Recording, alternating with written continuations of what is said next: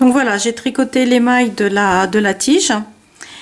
J'en profite donc pour regarder une nouvelle fois le rendu de mon relevage de mailles, sachant que je peux encore revenir en arrière si ça me convient pas. Ça me convient.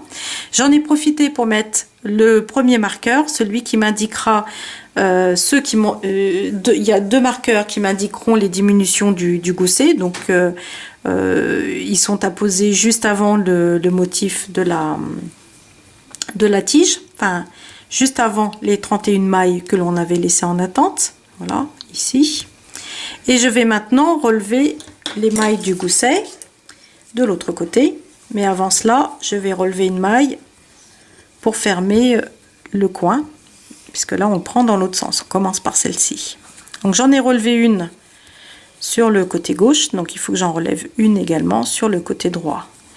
Voilà, donc je rapproche un peu mes deux bords et je regarde. Je pense que déjà, à vue de nez, c'est où celle-ci? Non, pas celle-là. Donc, ce sera celle-ci. Voilà.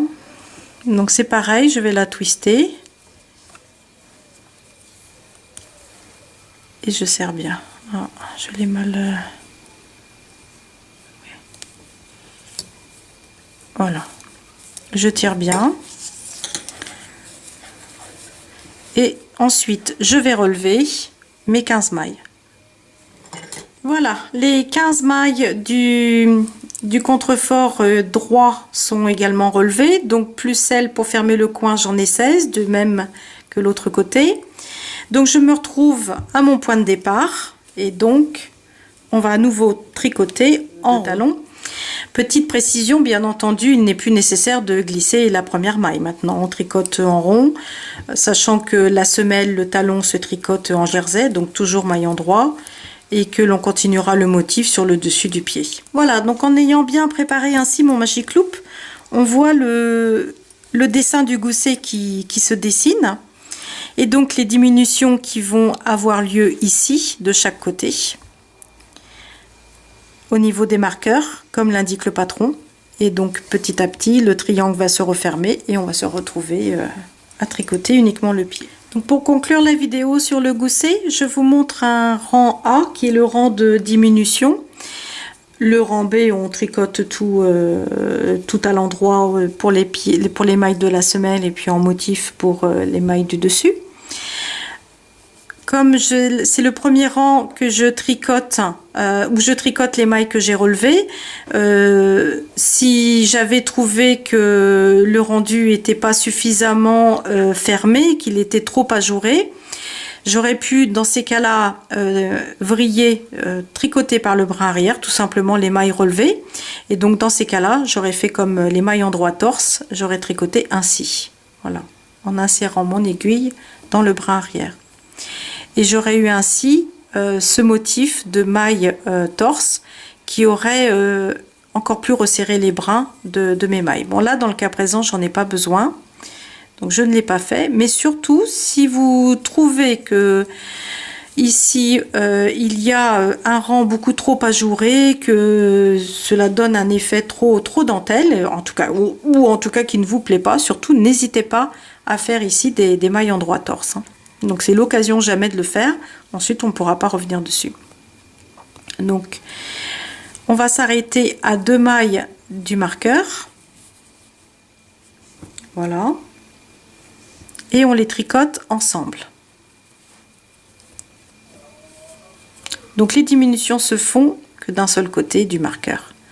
Ensuite vous tricotez vos mailles en suivant le motif pour les mailles du dessus du pied et je vous retrouve juste avant le prochain marqueur. Voilà, donc je suis arrivée à mon deuxième marqueur. Là je vais faire la diminution en parallèle de la précédente. Je glisse mon marqueur.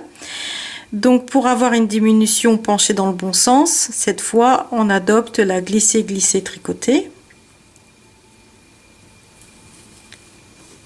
Pardon, je pense que j'étais pas dans le champ de la caméra. Je recommence. Donc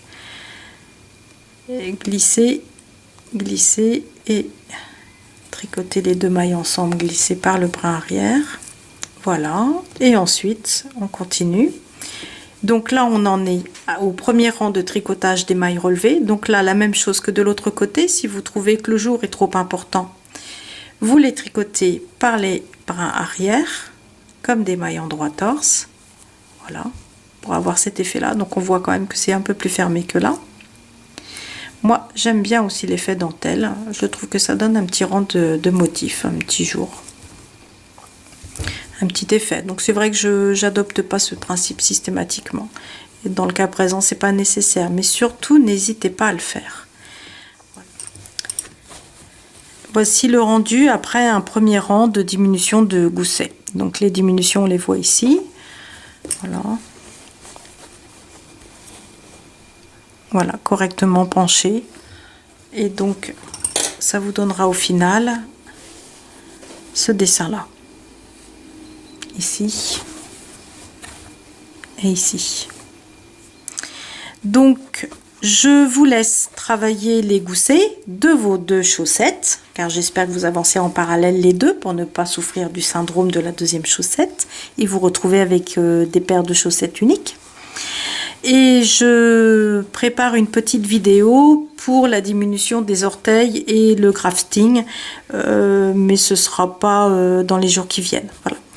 Je vais donc m'occuper du montage de celle-ci, celle du gousset, et je vous souhaite bon courage. Surtout, n'hésitez pas à me contacter si vous avez des questions. Amusez-vous bien. Au revoir.